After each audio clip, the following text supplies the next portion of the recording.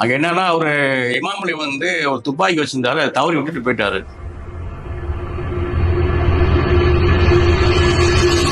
அதை வந்து அவர் எடுத்து வச்சிருந்தாரு, ரஹீம் எடுத்து வச்சிருந்தாரு. அந்த லைசன்ஸ் ஸ்கேன் வச்சிருந்ததா சொல்லக்கூடிய அந்த விஷயம் தகவல்லாம் போய் லைசன்ஸ் என்ன லைசன்ஸ்?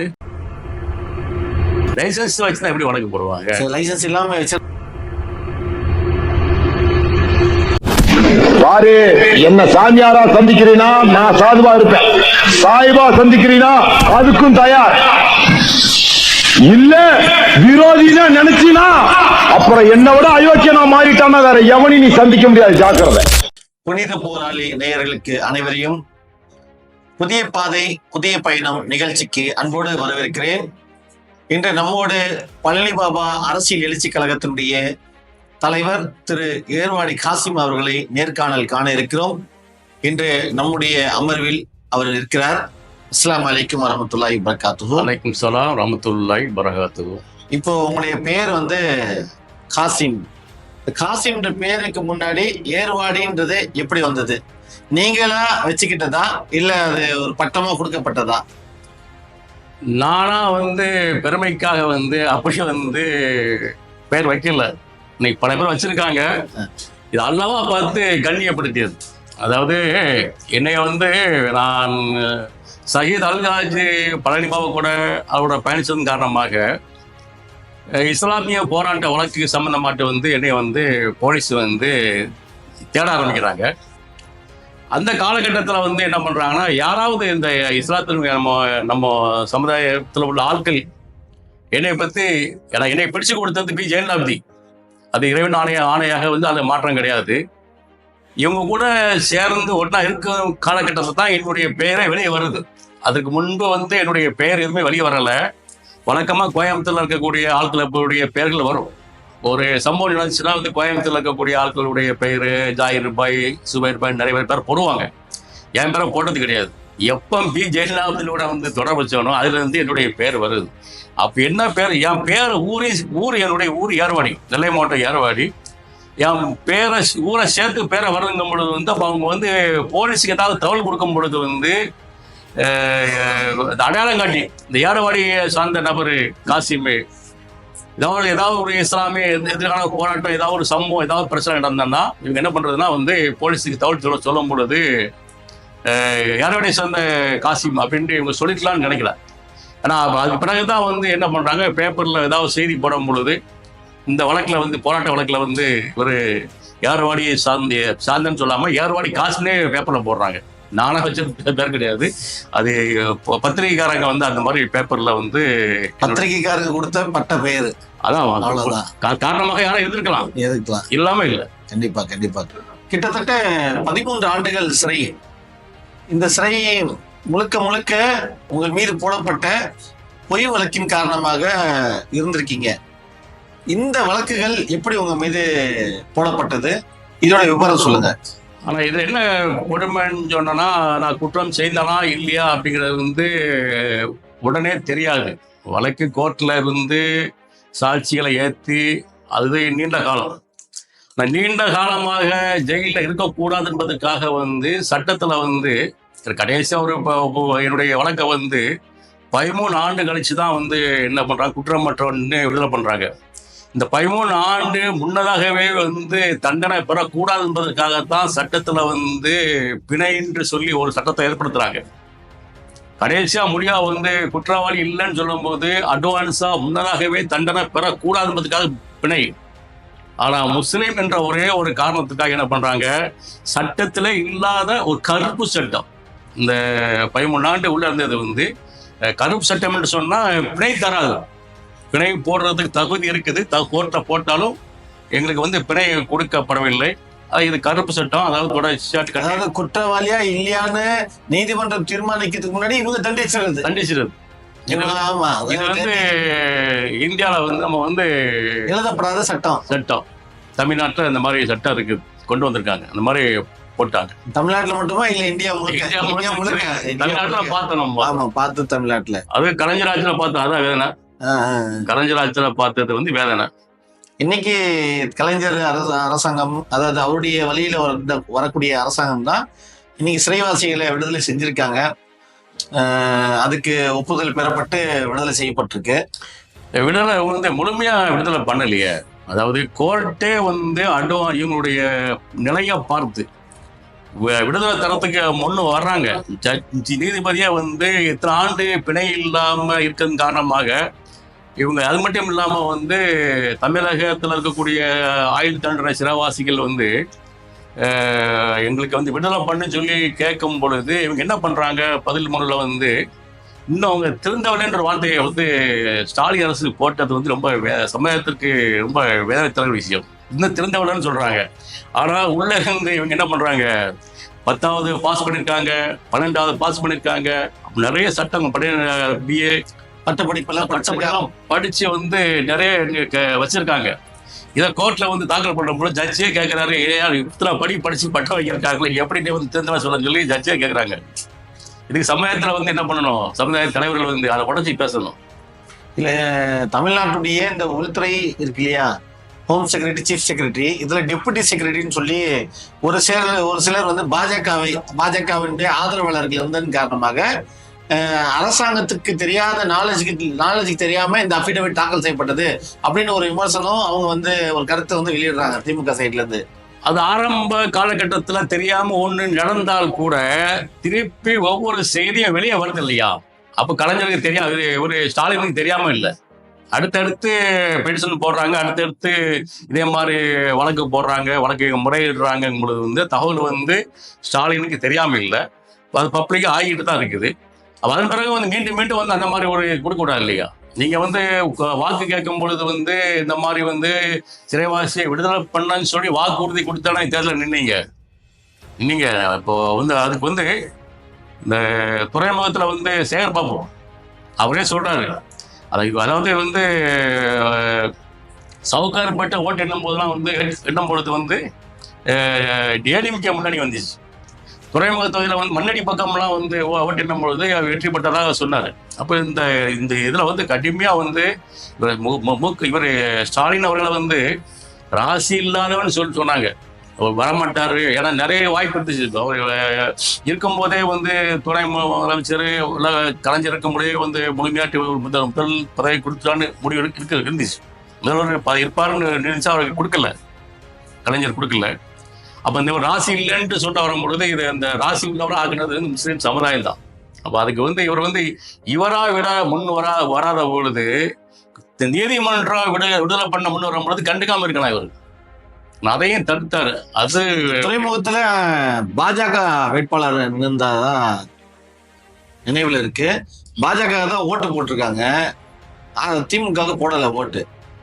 ஆனா இருந்தாலும் இன்னைக்கு சலுகைகள் யாருக்கு கொடுக்கப்படுதுன்னு சொன்னா ஒரு விமர்சனம் வருது, சவுகார்பேட்டை தான் கொடுக்கப்படுது அப்படின்ற மாதிரியும் கருத்து இருக்கு. முஸ்லீம் வாக்குகள் வாங்கி வெற்றி பெற்றாலும் கூட சலுகைகள் வந்து அவங்களுக்காக செய்யப்படுது அப்படின்ற மாதிரி ஒரு கருத்தும் இருக்கு. மாற்று கருத்துக்கு இடம் இல்லை. இருந்தாலும் நம்ம அடுத்த கேள்விக்கு போவோம்.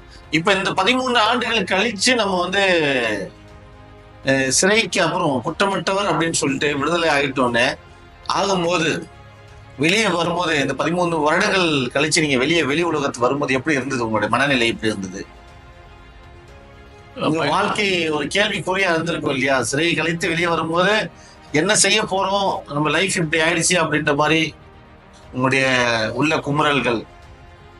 இல்லை, ஜெயில இருந்து வெளியே வந்தது ஒரு மகிழ்ச்சி தான் அது.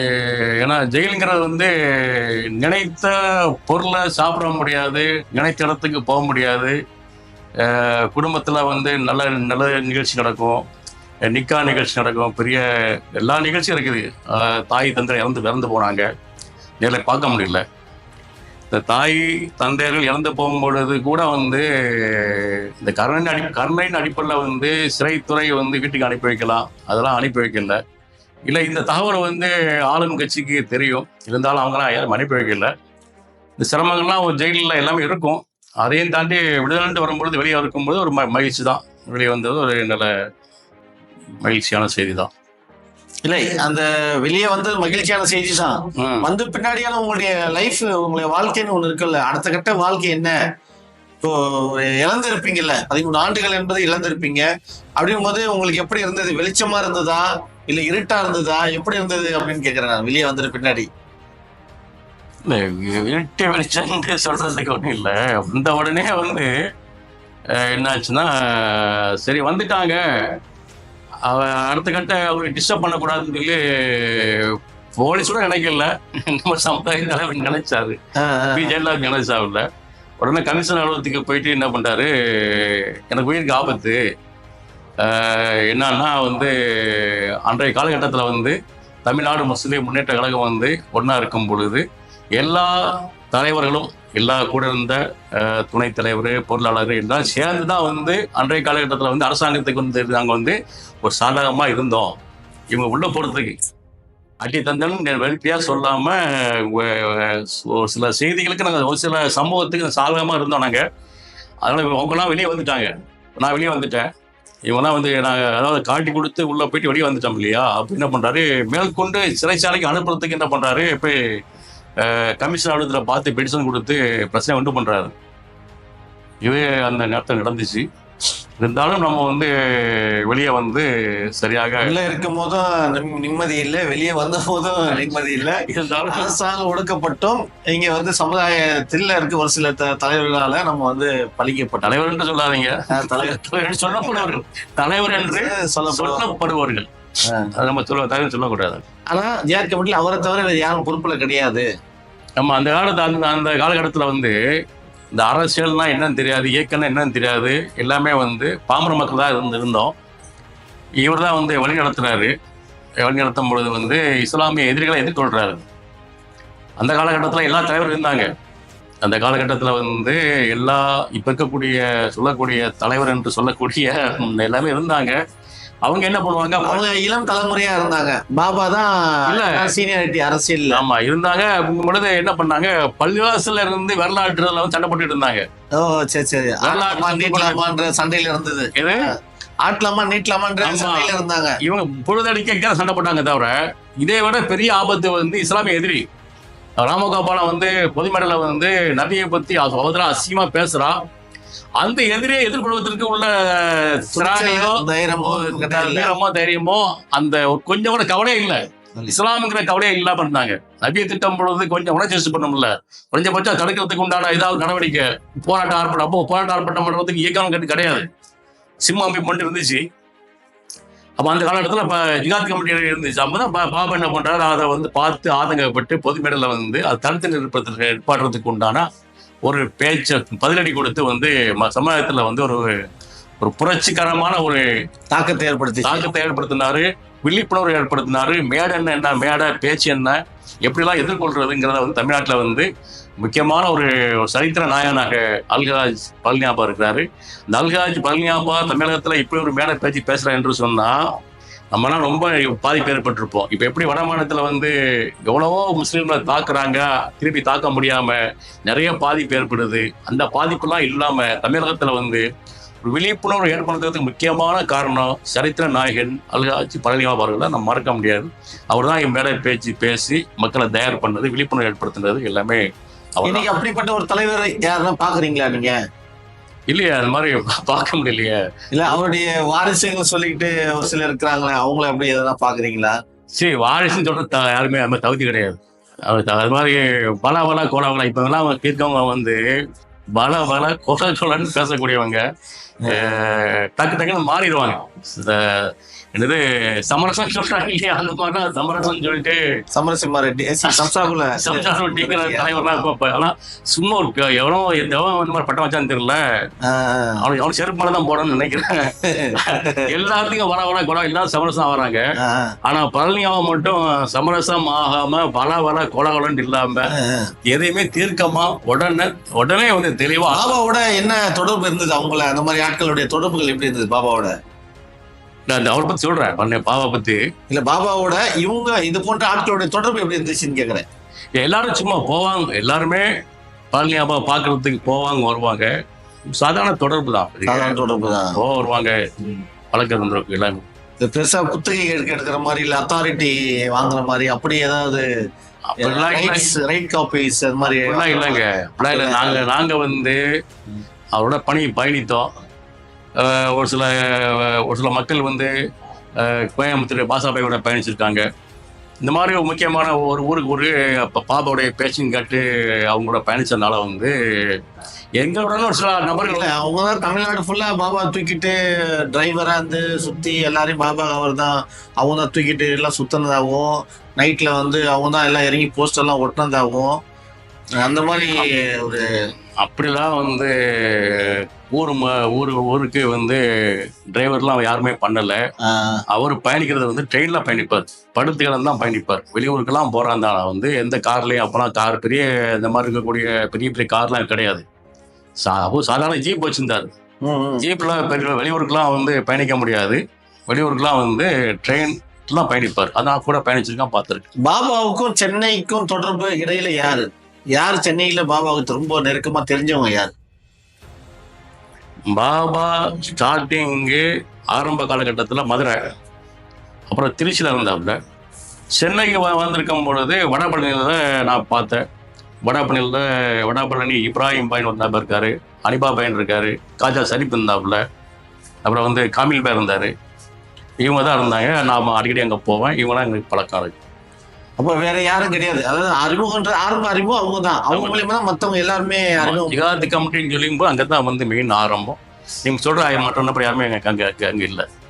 இல்லை, இப்ப குறிப்பா வந்து ஒரு தடாரையும் போன்றவங்க எல்லாம் வந்து இப்படி அவங்களுக்கும் பாபாவுக்குமான என்ன தொடர்பு? இது பழனி பாபா வந்து புனித போராளின்னு ஒரு பத்திரிகை அவனுக்கு ஆரம்பிச்சாப்புல. அதற்கு வந்து ப்ரெஸ் தேவைப்பட்டுச்சு, பத்திரிக்கை பிரிண்ட் பண்ணுறதுக்கு. அந்த காலகட்டத்தில் வந்து அமைச்சர்களில் வந்து சொல்லக்கூடிய ரஹீம்ங்கிறவர் வந்து ப்ரெஸ் வச்சுருந்தார். அப்போ அந்த ரஹீம்கிட்ட கொண்டு என்ன பண்ணுவாங்க வந்து இந்த ப்ரெஸ் சம்மந்தமான பிரிண்ட் பண்ணுறதுக்காண்டி கொடுப்பாங்க. அவர் அடித்து கொடுப்பார். அதன் பிறகு அவர் வந்து அந்த ஜிகாத்தி பற்றிக்கு பாபா பார்க்க வந்துருக்கலாம், போயிருக்கலாம். அதன் பிறகு பாபா பார்க்கறதுக்கு வந்துருக்கலாம், போயிருக்கலாம். பழக்கம் ஏற்பட்டுச்சு. அதுக்கு முன்னாடி இல்லை அந்த மாதிரி பெருசா எதுவும் கிடையாது. சொல்ற மாதிரி இப்ப நான் முன்னாடி சொன்ன மாதிரி தமிழ்நாடு ஃபுல்லா சுத்துற மாதிரி கூட இல்ல பயணம் பண்ண மாதிரி இல்ல பாபா காலத்துல நிர்வாகத்துல ஜியாத் கமிட்டியில முக்கிய பொறுப்புல இருந்த மாதிரி அப்படி எதனாவது உங்களுக்கு தெரிஞ்சு முக்கிய பொறுப்புலாம் நினைவுல இருக்கலாம்? அப்போது தமிழ்நாடு முழுக்க சுத்தின நபர் ஒரே நபர் வந்து இவர் காமில் பாய். அவர் சுத்தினாரு, நம்ம அது சொல்லலாம். இவர் சுத்தினதாக வந்து நம்ம பார்க்கவும் இல்லை, பேசவும் நடக்கவும் இல்லை. சத்தியமா நடந்தது பத்திரிகைக்கு அவர் தொடர்பு தான், பிரிண்ட் அடிச்சு கொடுப்பார். அந்த தொடர்பு அது வந்து ஃப்ரெண்ட்ஷிப் இருக்குது.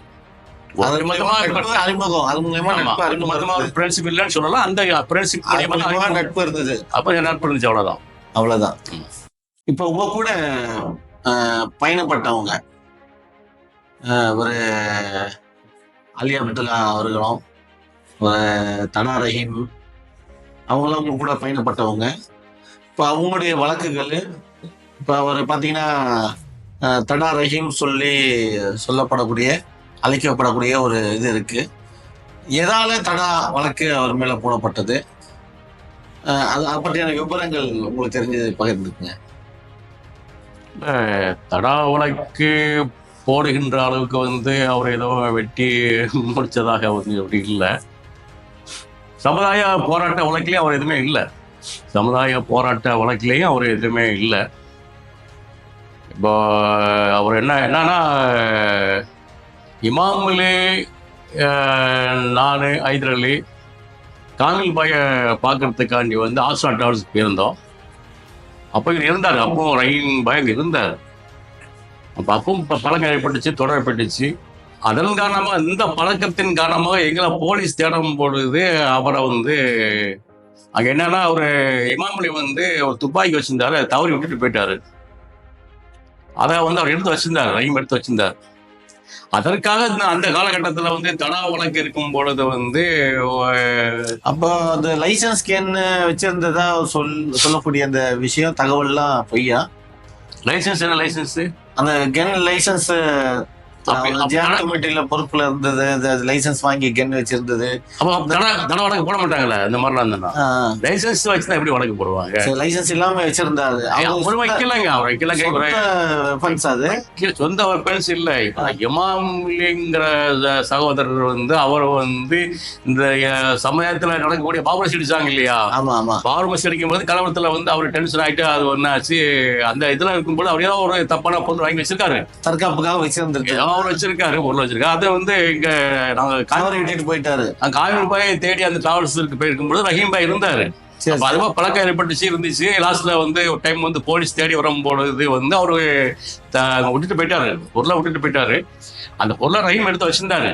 அதனால அந்த அவர்கிட்ட வந்து கைப்பற்றினதுனால வந்து அந்த அந்த நேரத்துல வந்து இந்த மாதிரி பொருள் இருந்தா தடா வழக்குல போடுவாங்க, கியூ பிராஞ்சி வழக்கு போடுவாங்க. இப்போ வந்து அந்த இடத்துல வந்து தடா வழக்கு சட்டத்தில் இருந்தனால வந்து கைப்பற்றும் பொழுது அந்த வழக்கு தடா வழக்கு போட்டாங்க. தவிர அவருக்கும் அந்த போராட்டத்துக்கு எந்த அவ்வளோ இது இல்லை, சம்மந்தம்லாம் இல்லை.